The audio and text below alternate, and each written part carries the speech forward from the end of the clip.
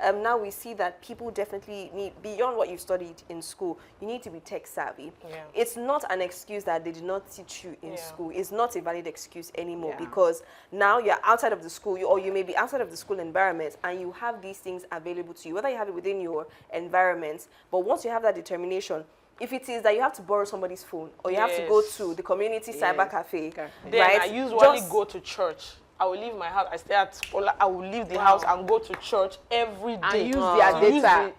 Use Wi-Fi and light. Welcome back to the big conversation here on Dominion Television. Artificial intelligence is no longer a future thing. It's here. From content creation to customer service, from banking to broadcasting. Technology is moving fast and it's changing the rules. So today, we're not just talking tech, we're talking survival, relevance, and opportunity.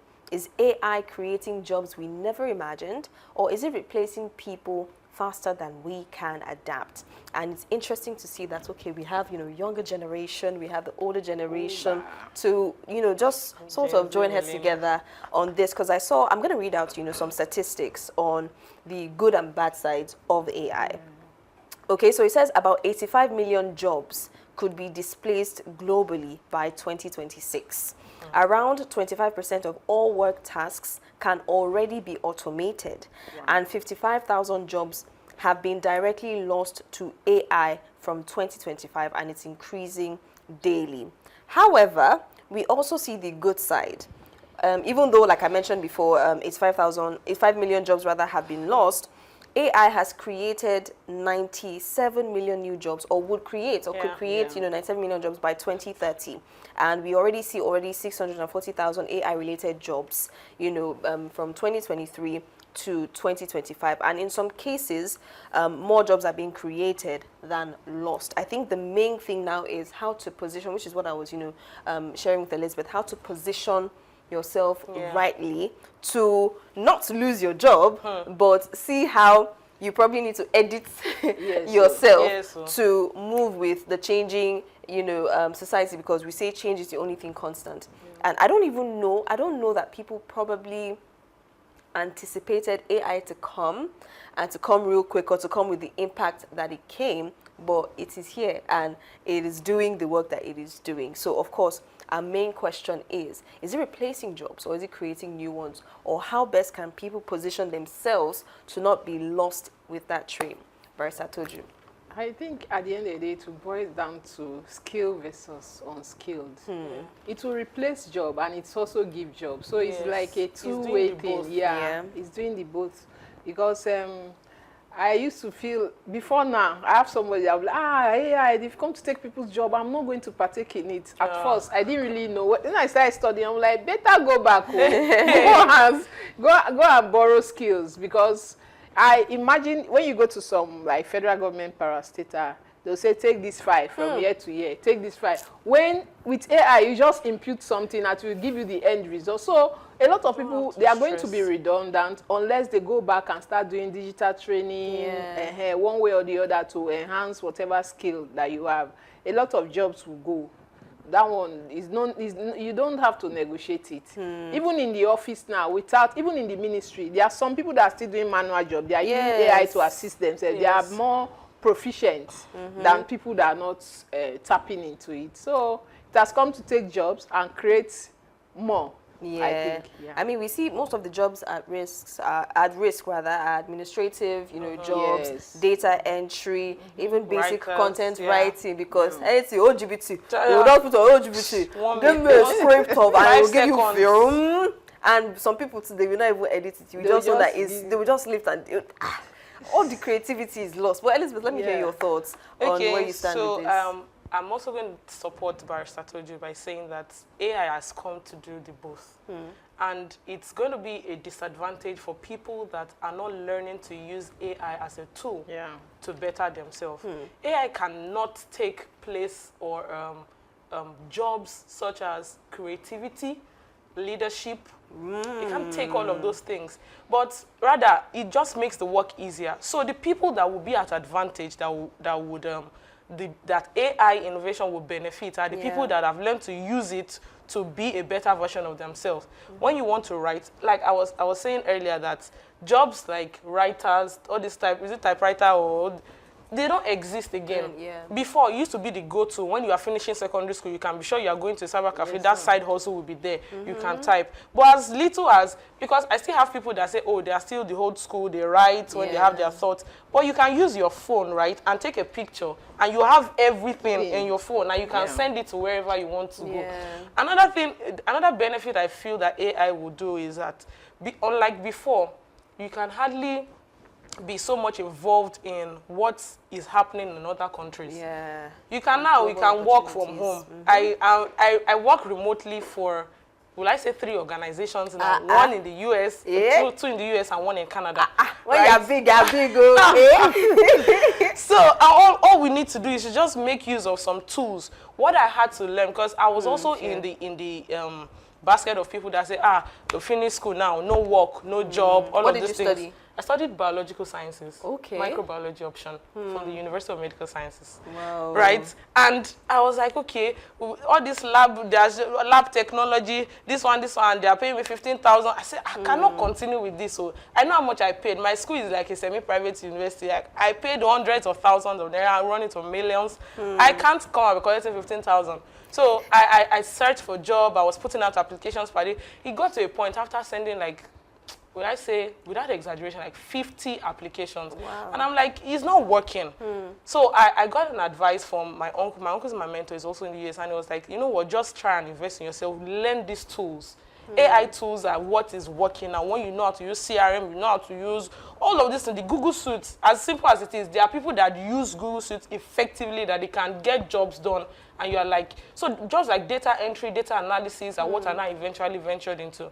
And in the long run, right, I now made sure to find a balance.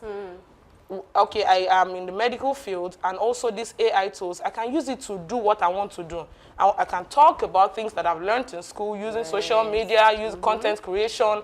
I can also work for people. Currently, I work as an EHR, an electronic health record specialist. Okay. For the companies in the US, right? And their day-to-day activity, I have logs of it because I have tools that I use. I use Excel. I use, of course, we use the Google Meet for our workspace every day. I work like literally 9 to 5.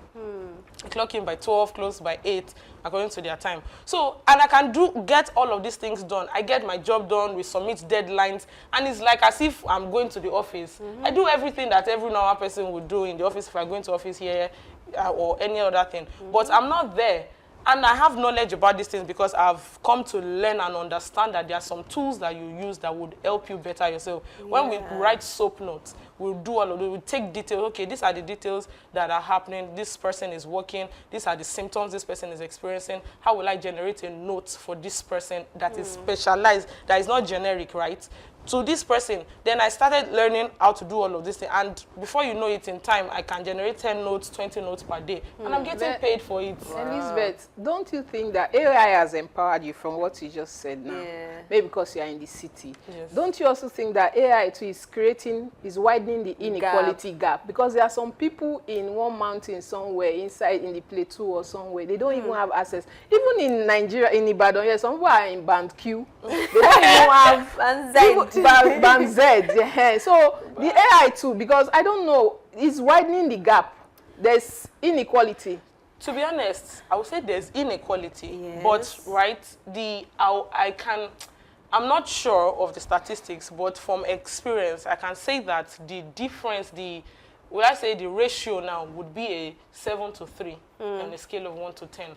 So if the benefit outweighs the disadvantage or the negative side of it, I feel it's still not benefit for you. We're in a country where 3.3 trillion is just being paid. It was paid in 2024. They said they are paying it again. Now that means there's issue with electricity. And whether you like it or not, your AI stuff, you deal with electricity to work. There are some people in their area, they are in perpetual darkness. That I'm saying, because the person does not have to go to the parastate at the government office to carry files from one place to the other. That is the only option left. If maybe for now you still be carrying brown envelopes up and down. To the glory of God, you have that job. Now it's AI. AI is taking over everything. So I'm saying that in Nigeria, given the kind of country that we are situated in, the gap is being widened, the inequality gap, because of issue of electricity. Because if electricity is handled properly, it will even like hasten the issue of people learning AI. You are not thinking of data is not too expensive, and I'm just thinking about the inequality because there are some people in some rural areas, the opportunity you have, even if they want to, because there's no light, no network. I mean, I think there would always be that inequality. It just might get wider and wider, especially when the social structures are not put in place to help some people. Because even for people who may not be in rural areas, maybe to some extent they were able to get a decent education. Let's look at the education system now. I don't know what the curriculum is like now, but is it including the innovations of AI now? If, for example, when she was in school, she was taught some of these, because I mean, it's even interesting to see the job she's doing now is still within her field, but just tech invented. So do we know now if we have schools that are including all of this in the curriculum, so that people also know that aside a regular 9 to 5 or whatever opportunities I have in this country, these are global opportunities that I can I don't know. I think most of our schools, their curriculum are big curriculum. What is it called? Which one is plural? One is you see yesterday's curricula is yesterday's reality. Because I want to bet you, Elizabeth, I don't think AI was taught to you in school how to use AI. So you can imagine. 10 years ago, I don't think there was AI. Like when did you leave school? Not quite long, right? Well, that would be 5 years ago. As early as 5 years. Schools like it's even a private school that is supposed to like harness such things. So most of our curriculum, and it's supposed to even start from primary level, even nursery. Let's start instilling into our children, our students, AI learning. Because see what Elizabeth say. Me, I'm coming to learn under you. As you know, I'm getting jobs. I think another thing is also shortage of knowledge. Yes, I think I want to address the fact that we know sometimes some of our systems fail. And I remember, back in school, we didn't even have AI then. But people's mindset was always very short-sighted. Oh, if the lecturer did not teach us in class, then lecturer did not teach us. And then they give us an assignment, and everybody's always just saying, lecturer did not teach us. And nobody wants to go to research. I mean, then we had Google. Just Google it. Google it. Just Google it. And also ask questions. Storytelling, read books. But people, young people, let me address the young people. Some young people are not eager to lean into some of these information. So for people who, you might not have had the opportunity to learn from school, step outside of what you already know to go for that quest of, there has to be something more. I believe for every industry, I believe for everything, there's probably one aspect of how AI can be applied to it. Even in law, in fact, that's what I'm even asking now. Even in law, I'm sure there is one way that you can bring innovation and tech into it that would make that person stand out. And that is why some people will feel left behind, because they've not been able to take advantage of what AI would do to make them better in that field. But now the question I even have as regards law is, there's the whole disparity between intellectual property now, because I mean human beings created AI, and then when AI now does something for us, maybe gives us information or creates something, who is not the owner of the information? Is it the AI or the person who created? You see, that's another angle. Normally for like photographers, a photographer is the owner of the So for AI, you see, that's the thing. Now we'll get to that place, then we'll now like start drawing lines. Yes, but before now, like you said, with respect to law, when the issue of maybe the wife, during divorce, the wife is in America, the man is here, the court will be like, no, they must come, and they will have to pay transport and come. Thank God for AI. Now you can be there, seated in your bedroom or wherever, in your office, and join virtually. Join virtually. So AI has come to help us and take our jobs and create more jobs. We cannot lie about that. The issue of who owns property, I think it's the person that because AI cannot claim that. Can AI come and be going to court like, you are using my intellectual property? Did you not see there was this video with Trump's wife that came out with a robot. She was walking down. It was circulating on social media. She was walking down, and then the robot was beside her. The robot was talking. What remained now? the day she says she's not coming, or the day Trump will say he's not coming, we send the robot. We just maybe send it the script, and he will come and start talking my fellow Americans, and you think, you know. But in all of this, if our government to be wise enough to invest into AI in schools, making sure that schools awareness, yes, creating not just creating awareness, giving the level playing field for schools, rural area, everywhere to take advantage of this thing, because this is our tomorrow reality. So a lot of us, we are still in 10 years behind, but I don't think that's uppermost in their mind. Maybe after 2027, after the elections, maybe they'll start thinking about things like that. You know, so many people, especially Nigerian youth, want to take advantage of the fact that I don't have the opportunity, I don't have the exposure to know what AI is and all of that. But then I would say that will be under the umbrella of laziness. Nigeria, I'm a youth too, so I will not join them to say, okay, lazy Nigerian youth, but truly I have seen some lazy Nigerian youth that hide under the umbrella of ignorance.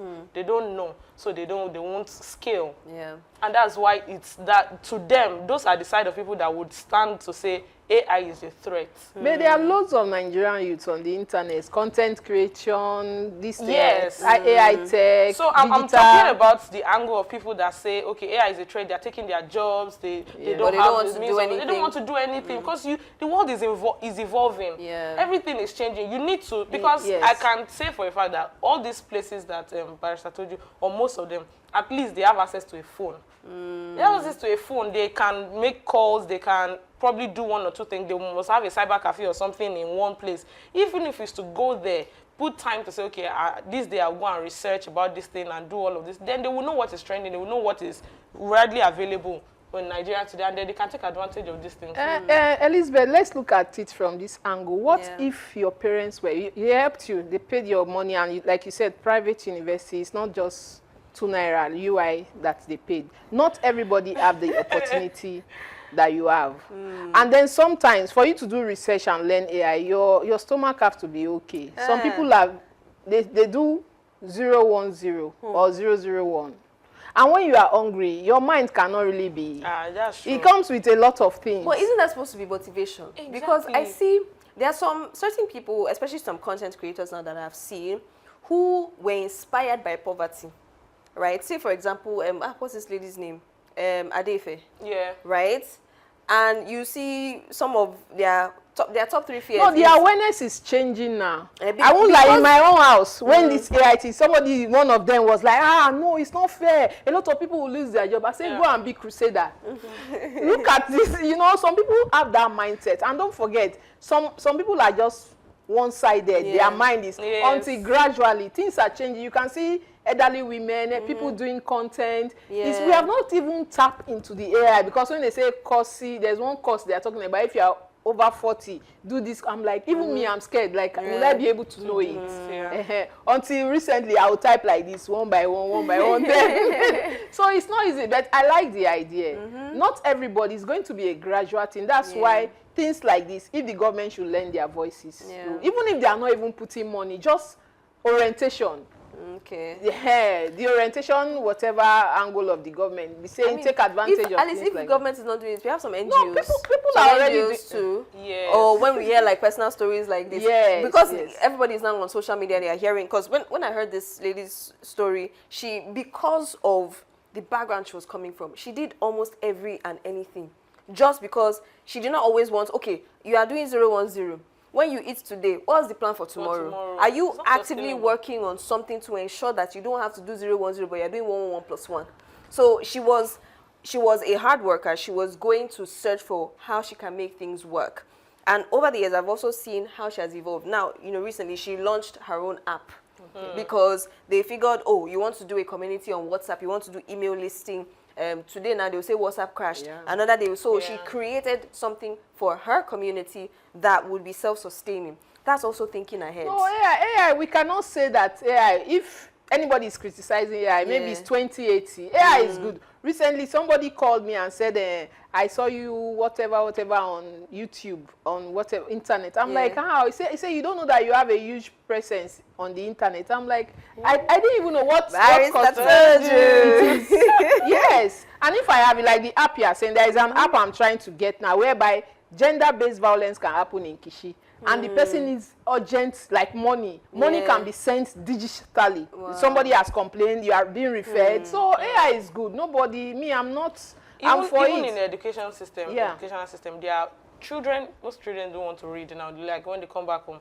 So I recently learned from a parent that what she does is she takes Gemini or what have you, take a picture of their note and create and prompt it to create 50 questions on that topic. And then they keep doing it. And once you are done with that 50 questions, create another 50 questions. Even the schools now, how many of them will do outside the AI to bring those? So there's no question that they want to bring on that topic that child will not be. So it's a good screen time for them, as far as I'm concerned. It's a good screen time.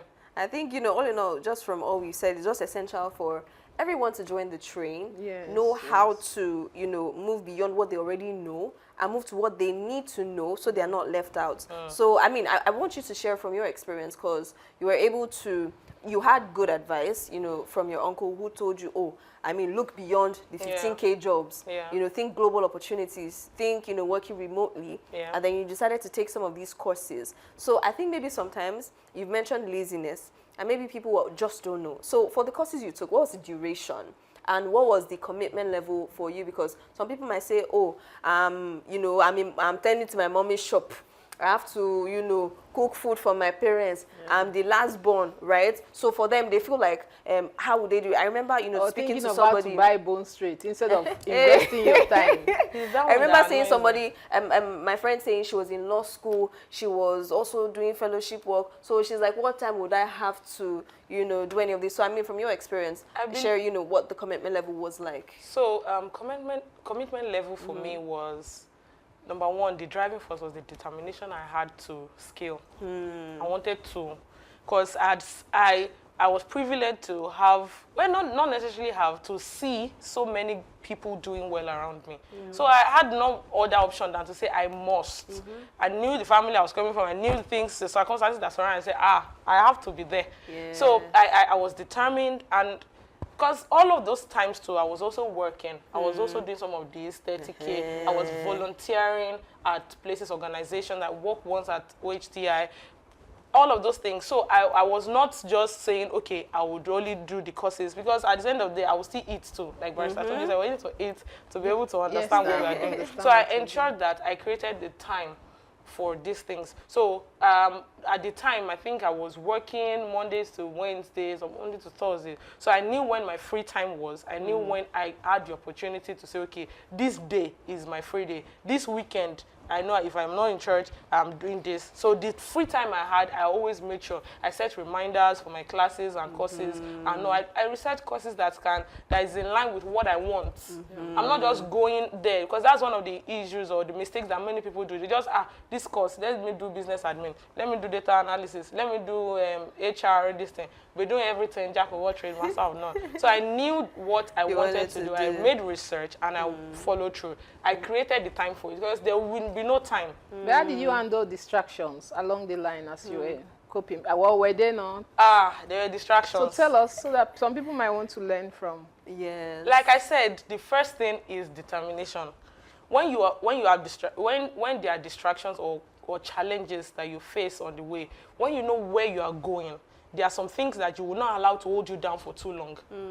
Because you know that, okay, the time I'm using to attend to this or do this, so many other things are. Give us a vivid example. Somebody will know and know that, this one, no, I have listened to. For some people now, distractions could be no lights. Or, no light, all the tendency that you want to buy Bone Straight, or you want to do something. Me, I have not had that tendency. Okay. Because I've always. Not that Bone Straight is bad. It's not bad though. It's not bad if they buy it from me. If you can't afford it, but if I can't afford it, I will not go out of my way to afford it. Okay. I was content. Thank and I you. was focused. That's the word. Be content with where you are. Let what you are looking out for, let it be the driving force for you. Don't be distracted by, okay, this person person is doing this one, you have a purpose, and our purpose are different. And now each person's time is also different. What a wisdom! Elizabeth I made a flyer for you with your face today. I didn't even know, you know, from my experience. It's very, very, very valid and solid. Now we see that people definitely need, beyond what you studied in school,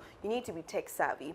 It's not an excuse that they did not teach you in school. It's not a valid excuse anymore because now you're outside of the school, or you may be outside of the school environment, and you have these things available to you, whether you have it within your environment. But once you have that determination, if it is that you have to borrow somebody's phone, or you have to go to the community cyber cafe, then right? I usually go to church. I will leave my house. I stay at school. I will leave the house and go to church every day. And use their data. Use the Wi-Fi and light, because I know there will always be light. I'm calling it data instead of Wi-Fi. So I carry my, I think it was the phone. It was the phone that I had then. I carry it there, go and charge for 2 hours or this, and I come back. See, that brings me to what I was saying. You had issue with data, and you were able to go to the church. Let's say somebody in the church in one rural area, they don't even have this thing to brag on top of having Wi-Fi in the church. So books, they can read books. No, but AI is not book. But I'm sure there are people that have written books. No, I'm just talking about she now had the opportunity to have a place of worship where they have a Wi-Fi,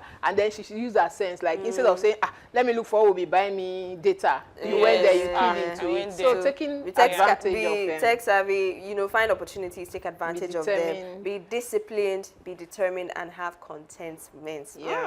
An interesting conversation so far, but we still have to do our agree or disagree. So we'll go on a break, and when we get back, we see our statement for today. Hope you've been learning, so don't go anywhere.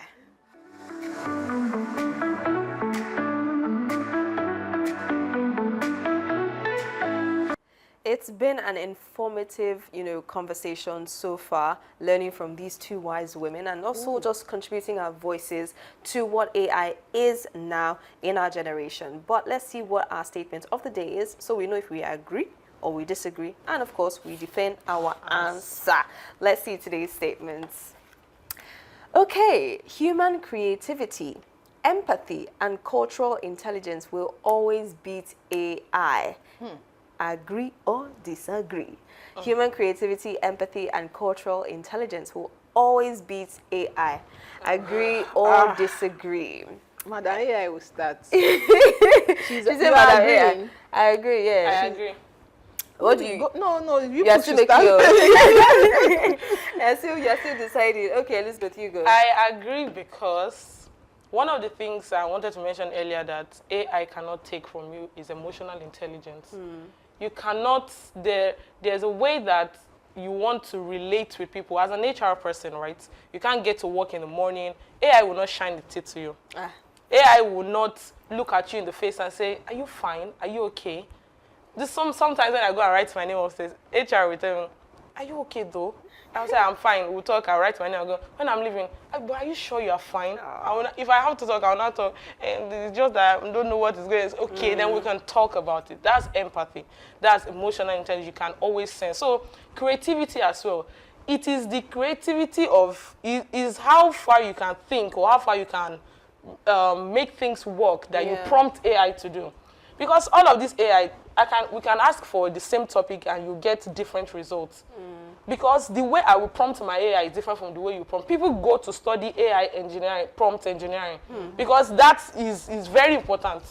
I was looking for something recently and I just put in, okay, explain this to me, like the normal ChatGPT.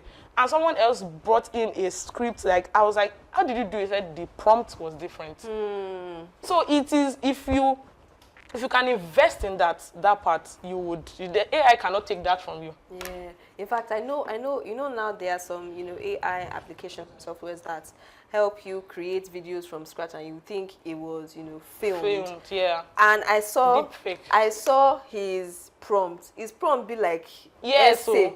It was pages. Because he would say, oh, let this come from this angle, let it show. Narrate it. Let it know. You know, so just like she said, that's a different, you know, an entirely different, you know, aspect as well. But I agree, because no matter how helpful AI can be, it is still but a tool. And it gives you what you ask it, or it gives you what you give it to give back to you. Because we spoke about, you know, intellectual property. Humans created artificial intelligence. And with every creation, there are limitations. Yeah.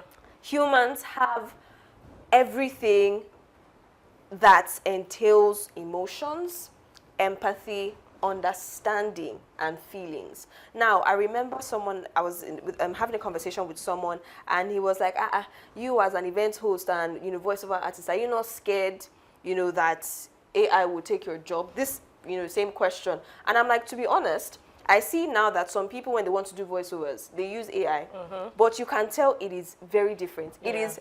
It sounds plastic, no emotion, and if there is no emotion in the voiceover you are delivering, it would have a deficiency in communication. Yeah. Because every script comes alive with a human voice. Yes. So that you use AI because you want to save cost, oh well, but would this fulfill the purpose for which it was meant to? I don't know that it would. I even learned that when you are doing voiceovers, when you are laughing or smiling, there's a way it can even affect. It will translate in, yes. And no matter how advanced AI might want to get, I still believe that there would still be some deficiencies that the human character would have a higher grade over it, which is why I agree that human creativity, the empathy, the intelligence, so thinking outside the box, innovation, it would still top AI, even with advancements. Okay, I'm agreeing with you girls to the extent that you girls are the AI aficionado. You guys know AI. But I want to ask a question. When you say you still have to tell AI some things, I understand. But recently, somebody taught me something that you want to have a content creation for like a month. You would have told AI your story. So on this part, I've written something. So something happened. I just said, how do I handle this thing? Let me ask AI. AI was like telling me, remember, you are what you do. You are an advocate for this, like checkmating me. Yes. So at that point, I didn't tell AI what to do. That's why I'm agreeing with you girls to the extent that what about that one? I want to be enlightened. Like when AI tries to affirm you. Yes, remind you. I didn't ask AI about that aspect of what I do, but something happened. I was like, how do I handle it? AI was telling me, given the fact that you're an advocate for this, you have been championing maybe marriages, in fact, instantly, I was going with bag. I calmed down. So I didn't tell AI didn't see my facial expression to tell me that, but because I have fed the system with something, it was able to, like, more or less correct me along those lines. So I want you to... I would say that AI that's why it's not human. Yeah. The little things, even up until the things you check on social media, the things you research on the internet, it has a track record of all of those things. So it can deduce the kind of person that you are. Recently, this caricature picture has been trending. Just put AI that, make a picture of me with everything you know about me. You'll be surprised. When I put my own, when I was singing, when I was talking, OAP, all these things, content creation, even the science things, that it made everything. So you don't have to tell you that, okay, I'm a lawyer. The research, because you would have prompted it to say, okay, what's this thing, what's this rule, something. So he understands that. Yes, I'm asking the question based on... Is it not already because at that point in time, AI did not see my expression was like, it's like AI was reading my mind. Like, okay, I'm angry. Don't handle it like this. Remember where you are coming from, how people will look at you from this angle. Without me saying, AI, look at my face, or look at my mind, I'm not happy. So do you know that, yes, it's AI is feeding off of the algorithm. It's working with your track record, your data, what you see and all of it. But try comparing it to you telling somebody, maybe a close friend, when say if I have your shoulder to lean on, try, telling somebody how you feel, somebody who could be a voice of reason to you. Would you not prefer that person than the AI that is just, giving you, okay, remember all of this? I just feel, I would feel like, in yes, that instance case, what AI said to me, or what the search engine brought out, it was, the thing was able to just diffuse whatever anger I was feeling. Like, it's like, remember self-awareness. You are not supposed to be this. You are. This is what you've been championing. Maybe that shoulder I used to lean on might not even remember that. Might not be necessary. So that's to the extent where I will agree. Because sometimes once you feed AI, it's there to remember and regurgitate whatever you have fed the engine with, and we'll be able to help maybe you. we should even watch out for how advanced AI can get, really. Let's watch out for how advanced it can get. But I think I would still say even us as humans should not also just look to AI as a replacement. So we also don't forget things like human connection, you know, and before you come, and I think somebody, we heard a report of somebody getting married to Cardboard. no, to the AI app, because it was showing a lot of you know, care and all of it. So there used to be this personal AI before. I'm not sure it's on our WhatsApp again. Sure. You just say, good morning, I feel like this week, okay, this, to tell you things that you yourself, the way you are. If you tell your AI toast you, it will toast you, and you will be blown away. Yes. So I think, you know, self-awareness for ourselves as well, you know, is also important. very important. That this is just but, you know, artificial intelligence, and is there to give me what I want to hear, or there to give me what I need at that point. Okay, so let's see our wise words on the web after such an interesting conversation. Let's see wise words on the web. Okay, artificial intelligence is not a substitute for human intelligence. It is a tool to amplify human creativity and ingenuity. That is from Fefe Lee. Amazing, amazing. It is not a substitute. It is just a tool, you know. So the fact that we have AI does not mean we should not think, you know, we should not use more than our own actual intelligence. Because I think where the issue is now is people use it so much that they are now becoming redundant. Their own intelligence is becoming, you know, redundant. And the truth is, technology, true, is not slowing down. So the real question is, are we ready to move with it? AI may be changing the game, but it doesn't have to take you out of it. If you're willing to learn, if you're willing to adapt and just stay ahead, then you will be part of the train. Thank you so much for being part of the conversation today. Share this with someone who needs to learn a thing or two so we can get ahead together. Thank you to the ladies for sharing. Thank you to Elizabeth, our global lady, earning in dollars. Should come back again and educate people on another segment. Truly. I think, you know, just telling your story of how you move from this to this to this, how you even got the opportunities, how you're now able to do 3. We want to learn more. When people say it, I used to feel that they are lying. Thank God I met her too. I'm like, that's why it's good to have conversations like this. Thank you so much. Thank you, ladies. Thank you for being part of the conversation today. Join us tomorrow for another great episode of The Big Conversation.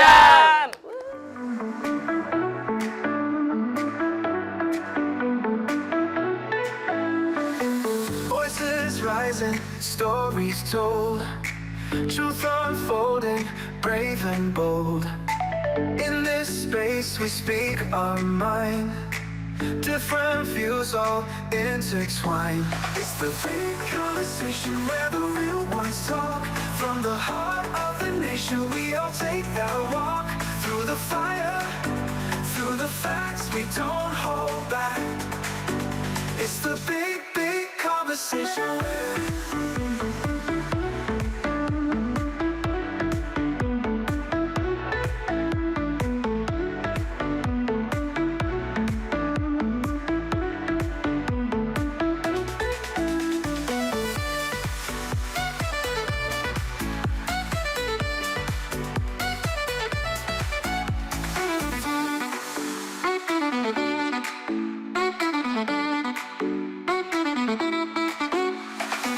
Voices rising, stories told, truth unfolding, brave and bold.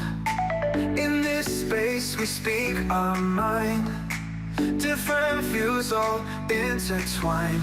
It's the big conversation where the